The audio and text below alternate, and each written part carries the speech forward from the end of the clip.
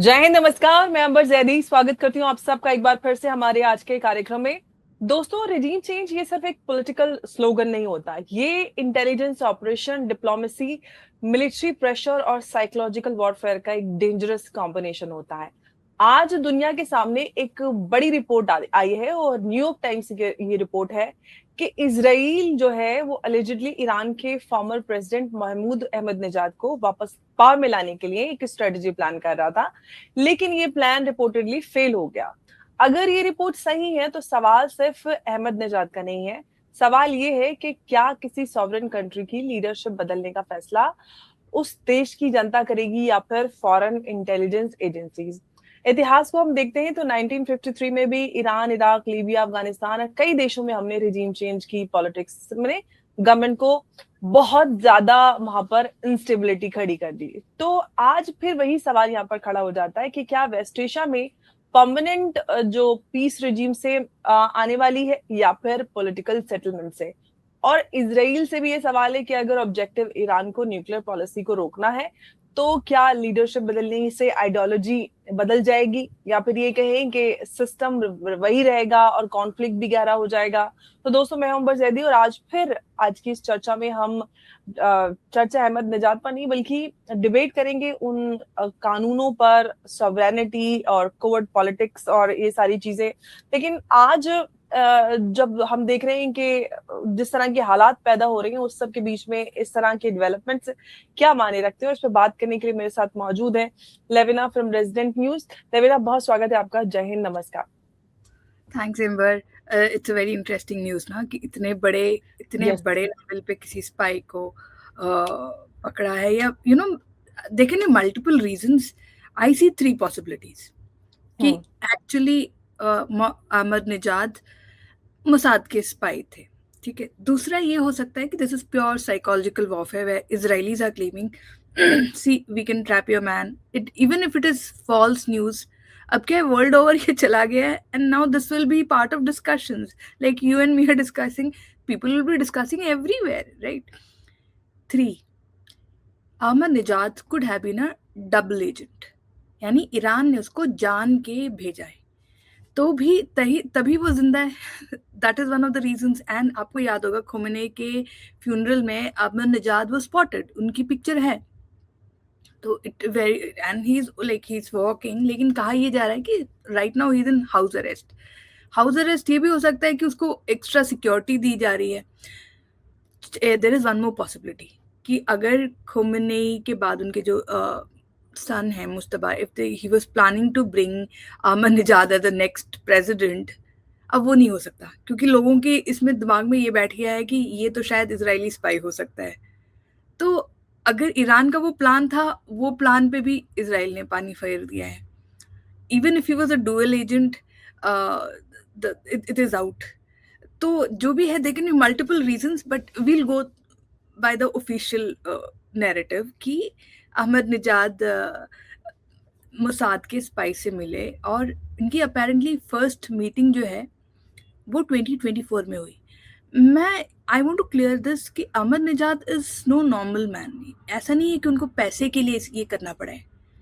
तो मैं एक्चुअली लेविना आपसे ये सवाल पूछना चाह रही थी कि इजराइल के पॉइंट ऑफ व्यू से कि उन्होंने अहमदनेजाद ही क्यों चूज किया, क्यों सेलेक्ट किया, why अहमदनेजाद? he is little rebellious because he has enough money, he has rebellion traits. तो ऐसे लोग क्या होते हैं, बहुत फियर्स नेशनलिस्ट होते हैं। तो अगर आईआरजीसी के अंदर उन्होंने कुछ करप्शन देखी या इनके अगेंस्ट आईआरजीसी ने कुछ किया है, तो एक एग्जाम्पल था जहाँ पे इन्होंने धरने पे बैठ गए थे एयरपोर्ट में। इनको कहीं ईरानियन ऑफिशियल्स जाने नहीं दे रहे थे, तो इन्होंने क्या किया, he started making videos and posting कि देखो मेरे को बाहर निकलने नहीं दे रहे हैं, I am going out for a particular कोई क्लाइमेट चेंज की मीटिंग थी, मेरे को जाने नहीं दे रहे हैं एंड ऑल दैट। तो he had that rebellious trait. तो मोसाद जो एक्सट्रीम नेशनलिस्ट होते हैं ना, they can go both ways. अगर उनकी तरफ से देखें तो दिस इज प्योर नेशनलिज्म कि मैंने ईरान के लिए किया, वो तो यही सोच रहे होंगे ना, because he doesn't need money, he is a rich man. So या दैट्स दैट। एंड अपेरेंटली जब वो धरने के बाद उनको टिकट दिया गया और वो गए, when he flew to Guatemala, तब Israel apparently made the first contact. दूसरा कॉन्टैक्ट कहते हैं हंगरी में ये हुआ, एंड दैट प्रोफेसर कन्फर्म्स, जिसने ये मीटिंग रखवाई क्लाइमेट चेंज की और अहमद निजाद को इनवाइट किया, ही न्यू कि Israelis will contact him because he says his reason is कि I thought they're both enemies and they're talking it out, तो maybe, but he is also confirming कि Ahmad निजाद may not have worked for Mossad, he approach किया है. अजीत दोवल भी हमारे जैसे, I mean, he's not approaching, but my point is, Ajit Dol also holds secret meeting with the Pakistanis, and such behind the talks keep happening. So this Hungarian professor was under the impression कि ऐसे ही कुछ state level का कुछ होगा, जिन्होंने ये conference रखाई थी और अहमद निजाद को invite किया था. And the story also claims कि इनको मोसाद ने जब इनके घर पे अटैक हुआ February 28 में, तो उसकी वीडियोस हैं कि इनके घर पे अटैक हुई, तो वहां से एक्सट्रैक्ट किया and he was kept in secret safe house, और फिर वहां से फिर IRGC ने इनको अरेस्ट किया और अब हाउस अरेस्ट में रखा है. उनको ओकेजनल ऑफिशियल मीटिंग्स के लिए भेज रहे हैं. All this can be true, all this can be pure lie. We do not know because this is proper fog of war. There's war happening, and then of course there's a psychological warfare happening. आप Iran में देख लो, Russia में देख लो, internal agencies को external agencies जितना ही busy रखा जा रहा है. तो it is a two-front war. Two-front as in not separate enemies, it can be just inside and outside, and that is the worst condition. आज जैसे मैं बोल रही हूँ, आज एक नया प्रोटेस्ट स्टार्ट हो गया है तेहरान में. वी ऑल रिमेम्बर जनवरी में कितना बुरा हो गया था वो प्रोटेस्ट, एंड उससे क्या होता है, लोग खुद गवर्नमेंट के अगेंस्ट हो जाते हैं. They themselves want a regime change, and that is the worst thing that can happen. और देखो अब second wave of protest start हो गए हैं कल से. So yes, Iran has been, इससे पहले आपको याद है वो क्या था, वेल वाला प्रोटेस्ट नहीं हुआ था 2 साल पहले, जिसमें एक लड़की को मार दिया था एंटी हिजाब, या एंटी हिजाब की उसमें वो लड़की मर गई थी, and that protest had also gone very bad. But all the protest happened in and around Tehran. तो अगर तेहरान डिस्टेबलाइज हो गया, वहां से पॉलिटिकल लीडर्स को भगा दिया, then rest of Iran is cakewalk for US and Israel. Though I don't believe कि ईरान में regime change लाना चाहती है US and Israel. Why? Because all of Middle East remains united because of Iran. आप देख लो Saudi और UAE का issue ही देख लो, ये सब रिसोर्सेज, ये सब नहीं, हर कंट्री, इवन इंडिया या इजराइल या US, हम लोग सब आपस से क्यों भिड़ते हैं जब हमारी रिसोर्सेज पे कोई और आंख डालता है. वो यमन की बात हुई थी, यमन के पोर्ट सारे UAE हैंडल कर रहे थे, and UAE has excellent relations with Israel. Socotra वाला तो हम जानते हैं, अब एक नया बेस पकड़ा नहीं, दिखाई दिया है सैटेलाइट इमेजेस में, एरिटेरिया में. एरिटेरिया को रिसेंटली इजराइल ने एक कंट्री माना है, UAE ने भी माना है. इन दोनों का बेस अगर एरिट्रिया में है, then that whole belt in Red Sea, वहाँ पे जिबूती में जाके सारे बैठे हैं, US, फ्रांस, चाइना. उससे पहले ही इजराइल और UAE ने अपना बेस बना के रख लिया, तो they are having an advantage in position, right. और सकोत्रा के एंड में, अफ्रीका के हॉर्न के एंड में भी इनका एक बेस है. तो there 2 bases Israel and UAE has. Point is, UAE से तो सऊदी ने फिर अटैक कर दिया UAE की शिप पे, एंड सूडान में ये लोग सब आपस में लड़ रहे हैं. अगेन कतर वर्सेस तुर्की वर्सेस UAE वर्सेस, वहाँ पे रशिया भी है. My point is, all of GCC is united because of Iran, and US knows कि मिडल ईस्ट कॉन्फ्लिक्ट में चला गया इनके बाकी GCC फ्रेंड्स, तो फिर US को अपनी रिसोर्सेज यहीं पे बिजी रखनी पड़ेगी, वहां पे चाइना अलग डील करना है इनको. तो they can not afford to have Iran which is very friendly with others and बाकी GCC कंट्रीज आपस में लड़ पड़े. तो ऐसी सिचुएशन तो हो नहीं सकती. तो this why I don't believe कि दे वांटेड रिजाइम चेंज. उन्होंने, आप देखो भी उनकी स्ट्रैटेजी, उन्होंने जो डिसीशंस मेकिंग ये था उन सबको उड़ा दिया. Khomeini and next 2 layers everyone is eliminated, and so obviously नया जनरेशन है. they might negotiate, yet यही बना रहेगा कि ये अभी भी वही पुरानी ईरानियन रिजाइम है, ये लोग कभी भी अटैक कर सकते हैं. इसीलिए US will get to maintain its bases in GCC. It's a long story, but Israelis hats off. I will say जो हम लोग करने से डरते हैं, या हम लोग नहीं, मतलब कन्वेंशनल जो ये लगता है ना कि नहीं, दिस इज नॉट पॉसिबल, मतलब प्रेसिडेंट को इनके प्रेसिडेंट को ही सीक्रेट स्पाई बना दिया हो, they are very very capable of it, Israelis. आपको पता है वो एक स्टोरी पता है जहाँ पे ये 2 या 3 साल पहले बाहर आया था कि ईरान ने एक यूनिट रखा था मोसाद को मॉनिटर करने के लिए, and few years later it came out कि जो वो यूनिट का हेड था वो खुद मोसाद का एजेंट था, and some of the people in the unit, obviously he won't be alone. तो Israel is very capable of doing it, and Israel मेरे को बाकी स्मॉलर लेवल पे लोगों का समझ में आता है, बट ईरानियन प्रेसिडेंट को ये करना, and this has taken a few years. Ahmadinejad वो इंसान है जो होलोकॉस्ट को भी नहीं मानता, he says it is propaganda. तो ऐसे इंसान को अपने साइड लाना, it would have taken few years, and it is said कि जो मोसाद का जो प्रीवियस चीफ थे डेविड बर्निया, उन्होंने डायरेक्ट अहमद निजाद से मीटिंग की है, and I think it happened in Hungary. So IRGC, apparently according to NYT, one of the meetings, Ahmad Nijad went out multiple times, and that is when they got suspicious कि ये कहाँ जा रहे हैं। तो he said मैं professors से मिलने जा रहा था, but yeah, if that story is true, then David Barnea actually met Ahmad Nijad, and why not? High president, ex-president रहे तो high level का officer ही जाएगा मोसाद का। लेकिन इतना तो हम जानते हैं लेविना, और सभी एक्सपर्ट्स इस बात को कहते हैं कि यूएस को स्टेबल ईरान या फिर ईरान, डेमोक्रेटिक ईरान एक्चुअली नहीं चाहिए। उनको जैसा ईरान चल रहा है वैसा ही चाहिए, और वो उनकी पूरी लॉन्ग टर्म जो पॉलिसी है स्पेशली इन वेस्ट एशिया, वो उनको सूट करता है, और वो बेचते भी हैं इसी बात को, एज यू ऑल्सो सेड।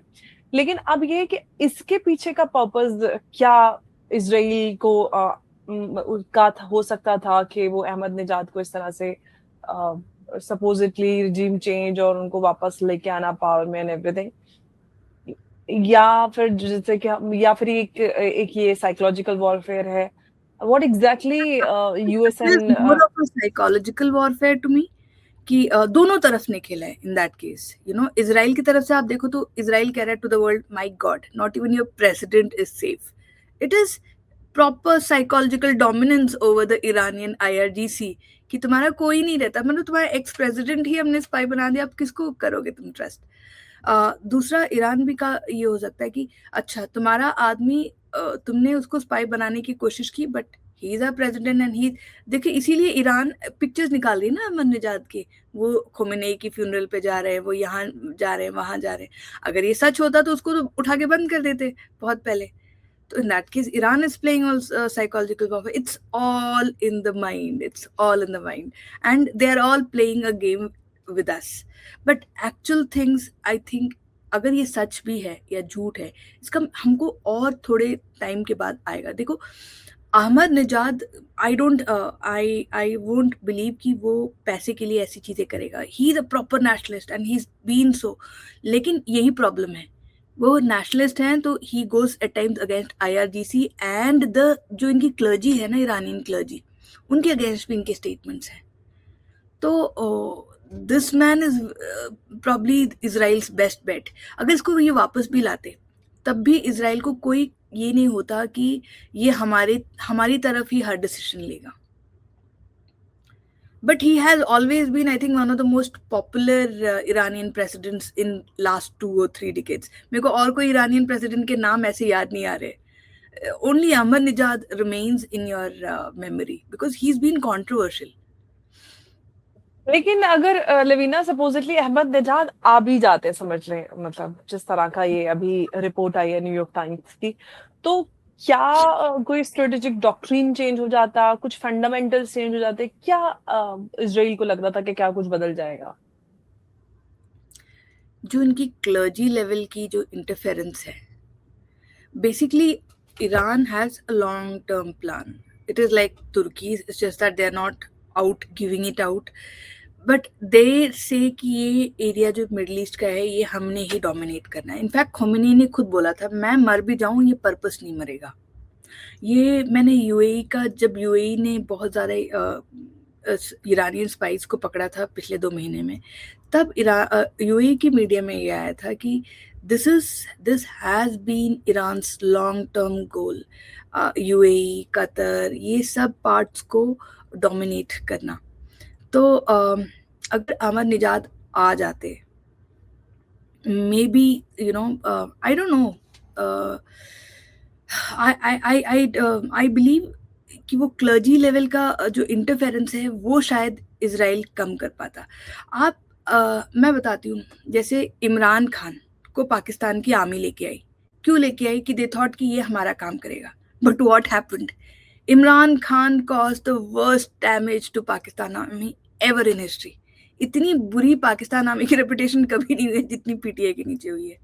अब क्या है, पीटीआई को कोई वो लोग टेरर ऑर्गेनाइजेशन ये करने, यू ऑल नो। तो even if they had brought in Ahmadinejad, Israel would have always been on tenterhooks. But ये बात इसराइल को बहुत अच्छे से पता है कि यूएस कभी कंप्लीट रिजाइम चेंज लाएगी नहीं। इनफैक्ट ये अगर रिजाइम चेंज हो गया, फिर इसराइल के साथ कोई जीसीसी कंट्री कोऑपरेट ही नहीं करेगी। ईरान तो दोस्त बन गया, वो थ्रेट ही निकल गया।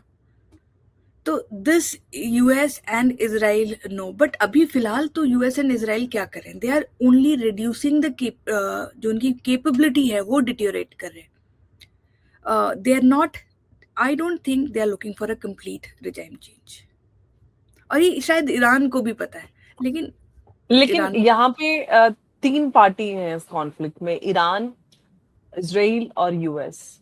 और जो हम अगर इधर से बात करते हैं यूएस और इजराइल, चाइना इज इनडायरेक्ट। जो हम 3 विजिबल पार्टी हैं डायरेक्ट कॉन्फ्लिक्टिंग, मैं उनकी बात कर रही हूँ। अब ऐसे तो फिर रशिया भी याद आता है, ऐसे बहुत सारे हैं। लेकिन फिलहाल जो अभी सामने है, इजराइल और यूएस की बात करते हैं, दोनों के ऑब्जेक्टिव्स बिल्कुल अलग हैं इस कॉन्फ्लिक्ट को लेके। इजराइल चाहता है ग्रेटर इजराइल बने, पूरे इधर मेरा वर्चस्व हो। ईरान चाहता है मेरा वर्चस्व हो। यूएस चाहता है कि मैं पूरे मिडिल ईस्ट पे, वेस्ट एशिया पे मैं काबिज रहूं। और उनका पर्पस बिल्कुल अलग है। तो ऐसे में क्या सोल्यूशन निकल पाएगा? कितना लंबा ये कॉन्फ्लिक्ट आप चलते हुए देख रहे हैं वेस्ट एशिया में? ये कॉन्फ्लिक्ट तब तक चलेगा जब तक ईरान को चाइना से फंडिंग मिलेगी। तो इसीलिए ये लोग चाइना को अब डिप्लीट कर रहे हैं इंटरनली। चाइना भी आप देखो इंटरनली डिस्टेबलाइज हो रहा है। वहाँ पे इस महीने में भी, अगस्त से सितंबर बहुत बुरा महीना होता है, हर जगह फ्लडिंग हो रही होती है, अर्थक्वेक आ रहे होते हैं चाइना में, एक्सेप्ट बीजिंग, क्योंकि बीजिंग के अलावा बाकी एरिया वो प्रोटेक्ट करते नहीं है। तो ईरान, आज देखो, आज पाकिस्तान के foreign minister has flown to China. Reminds me कि you know, your question was कि इसकी वजह से where are we headed with this? मेरा मतलब ये कि 3 पार्टी, तीनों के अलग अलग ऑब्जेक्टिव हम सामने ले लेते हैं। यूएस और इजराइल दोनों के बिल्कुल अलग ऑब्जेक्टिव हैं। इजराइल चाहता है कि मैं ग्रेटर इजराइल बनाऊं, मैं यहाँ पर अपना विस्तार करूं। यूएस का ऑफकोर्स रिसोर्सेज और वो सारा कुछ, power control and all. Right, exactly, that thing, how long. मेरे को लगता है कि we have stepped into we are stepping on multiple eggshells. You know, this whole field is eggshells. मतलब ये 1 या 2 साल में अब नहीं रुकेगी। This was something, this is like, अगर आप एक ट्रिगर को कभी ये कर दो ना, तो वो फिर ट्रिगर करता ही रहेगा। ये वैसे ही सिचुएशन है कि ईरान को अब छेड़ दिया है। अब ईरान जब भी उसको दोबारा उसकी थोड़ी भी कैपेबिलिटी आएगी, दे विल कम बैक। अब वो चाहे चाइना से हो, रशिया से हो, या ये लोग अपना भी इंटरनली ऑयल ये बेच के, स्मगलिंग करके, इवन वो ऑयल स्मगल करने में तो तुर्की भी हेल्प करती है, विच इज़ यूएस एलाई। तो वैसे पैसे कमाएं, जैसे पैसे का, whenever they will get capability, वो अपना खौफ बनाए रखेंगे इस एरिया में। इसकी वजह से ईरान का क्या एडवांटेज होता है ऐसा खौफ बनाने से? US, and this is an arm twisting technique. तो they will come and negotiate कि ठीक है, हम तुम्हारा ये सैंक्शन हटा देंगे, ये सैंक्शन हटा देंगे, तुम पीस रखो, राइट? क्योंकि you know, when it is a terrorist country, उनको सिर्फ एक सुइसाइड बॉम्बिंग भी चले, एक सुइसाइड ड्रोन भी भेज दे, उनके लिए वो काफ़ी है। It can cause enough damage. If your you know, मतलब बाकी जो कंट्रीज हैं they are not as capable as Iran in, we all know, in Middle East. Saudi होगा, सऊदी पे ईरान ज्यादा अटैक करता नहीं है, तो इसीलिए सऊदी को वो लोग कहाँ बिजी रखते हैं, यमन में बिजी रखते हैं हुतीज के साथ। Houthis are trained by Iran and then of course Hezbollah को इजराइल के side, Hamas again for Israel. तो Iran is, I think there is a lesson to learn from it. तो my point is this is not dying. And अगर आप human evolution देखो, हमेशा हर decade में एक बड़ा वॉर तो ह्यूमन एवोल्यूशन ने देखा ही है। This is what takes the human kind forward, I believe, except if there was something like a Mahabharata where there was absolute destruction, and then we do believe, anyways, not bringing that up. Point is, war will continue, and right now they are only trying to bring down Iran's capability. Whatever Trump says, whatever Iran says, आप अगर war को study करो ना, ये लोग, US is very capable of destroying multiple basis in one को। ये जो 90 अटैक्स हो रही हैं, ये जो 100, ये इन्होंने फेब्रुअरी खत्म कर सकते थे ये लोग, क्यों इनको बीच में टाइम दिया? They are also playing their game slowly and steadily. तो एक तो again, who is taking the maximum hits? It is the American bases which are taking the maximum hits. They could have destroyed it long ago. क्यों Iran को ऐसे इन्होंने ये कर रखा है? Mustafa Khomeini, if they could kill Khomeini, Mustafa is, if they actually wanted to kill him, they could have done it. They're not. So this will go on for some time. And Israel being Israel, again, I do believe even Netanyahu does excellent psychological warfare. मेरे को हमेशा Beirut का याद आता है। 2018 में United Nations में Netanyahu ने एक प्रेजेंटेशन दिखाई थी कि देखो बेरूट में ये जगह पे पोर्ट में ईरान डंप बॉम्ब्स को प्रिसिशन गाइडेड बॉम्ब्स बना रहा है। किसी ने कुछ ऑब्जेक्ट नहीं किया। I think they waited for 1.5 years। Exactly August 2020 Covid के बीच में बेरूट में बहुत बड़ा ब्लास्ट होता है। It likes causes damage for several kilometres, और वही वो जहाँ पे प्रिसिशन गाइडेड किट्स बना रहे थे, वहाँ पे ये ब्लास्ट हुआ था। तो अगेन आई डू बिलीव, ये जो प्रेसिडेंट्स हैं, they are also playing their own psychological warfare game with all of us. But the actual thing that I see, they are just extending this, and both Israel and US or even Iran, they were readying for this for very long time. ये इनको पता था Syria भी गिरेगा, क्योंकि Syria गिरने से पहले Iran had sent lot of weapons to Syria to help Assad, but they could not save him. तो अगर उनको लाना ही था तो चेंज ला सकते थे, जैसे असाद को पुश किया वैसे कर सकते थे, क्योंकि सीरिया में इतनी वो नहीं है जितनी ईरान में प्रॉब्लम हो रही है। But then Iran is a bigger country, it's a massive country. हाँ, बट जैसे कि लविना, लोग बोलते हैं, बहुत सारे एक्सपर्ट्स कहते हैं कि रशिया यूक्रेन वॉर जो ये पूरा एक कॉन्फ्लिक्ट है, इट्स स्टेज। क्या ये वाला भी, वेस्ट एशिया वाला भी कुछ आपको उसी तरह का लगता है? रशिया और यूएस की हमेशा एक डील थी कि ये लोग आपस में एक दूसरे के लैंड पे नहीं लड़ेंगे। उक्रेन वॉर चेंज दैट, क्योंकि उक्रेन उनको चाहिए था। रशिया वाज रियली होपिंग कि US will get busy with China, क्योंकि जब रिपब्लिकन्स आते हैं, दे प्रायोरिटाइज चाइना ओवर रशिया। तो इसीलिए पिछली बार ट्रम्प आए थे, वो चाइना पे लगातार ये कर रहे थे। And remember when did Covid happen? It happened under Trump, and that was pure CIA project to bring down China's economy. उस टाइम पे रशिया वांटेड कि ठीक है, ये लोग इनके साथ बिजी होंगे, हम अपना काम करते हैं। They took over the Russian Ukrainian ports and eastern part of Ukraine which is now under Russian control. If it is stage तो नहीं, हम लोगों को इग्नोरेंट रखा जा रहा था। मेरे को, क्योंकि 2021 से they were preparing for the war, they had moved in 150,000 troops. Ukraine में उक्रेन का ये था कि जो ईस्टर्न उक्रेन था, that was the bread basket of Europe. In fact हमको भी सनफ्लावर ऑयल और आटे का प्रॉब्लम पड़ गया था जब उक्रेन वॉर स्टार्ट हुई थी, राइट? तो वहां से काफी कुछ आता था, and it is called the bread basket. Whether this middle east war is staged, it is not staged, but it is controlled and limited war, इसको ये लोग एस्केलेट करके एक कुछ दिनों में खत्म कर सकते थे. America is very capable of it. They did not do it. They are keeping. देखो, अमेरिका को उनके जीसीसी के एलाइज को भी ये याद दिलाना है कि आपको हमारी ज़रूरत है. चाइना नहीं आएगा आपको बचाने, रशिया नहीं आएगा. चाइना चाहे कितने भी उनको युआन में ट्रेड करने को ये बोले, these countries will trade in dollars only, because they know जब when they run into trouble कौन अपनी शिप भेजेगा, कौन हमें प्रोटेक्ट करेगा. It will be the US. So I think, I don't know, I think this is how nature works कि अगर किसी सिटी में भी अगर कुछ लोग ज़्यादा पावरफुल हो जाएं, वो हफ्ता लेंगे to protect that area, right. So US is doing just that कि आप हमें फंड करो, हम आपके लिए लड़ेंगे. बिल्कुल. सो दोस्तों, वेस्ट एशिया की अगर हम हिस्ट्री की बात करते हैं तो एक बात हमें उससे सीखने के लिए मिलती है कि गवर्नमेंट्स गिराना जो है वो आसान होता है, स्टेबल गवर्नमेंट्स बनाना बहुत मुश्किल होता है. और आज हम अहमद जो निजात पे रिपोर्ट आई है उस पर हम चर्चा करें. कल किसी और कंट्री पर भी इस तरह की रिपोर्ट आ सकते हैं, लेकिन प्रिंसिपल जो है वो सेम ही रहेगा. इंटरनेशनल लॉ का जो फाउंडेशन है वो सॉवरेनिटी है. अगर हर पावरफुल नेशन जो है वो डिसाइड करने लगी कि कौन सी गवर्नमेंट रहेगी और कौन सी नहीं रहेगी, तो कल यूनाइटेड नेशंस जैसे जो ऑर्गेनाइजेशंस हैं उनका तो पर्पस वैसे तो खैर खत्म ही हो गया, नाम मात्र रह गए. लेकिन एक और रियलिटी भी यहाँ पर समझनी होगी कि ईरान की फॉरेन पॉलिसी जो है वो सिर्फ प्रेसिडेंट से डिसाइड नहीं होती है.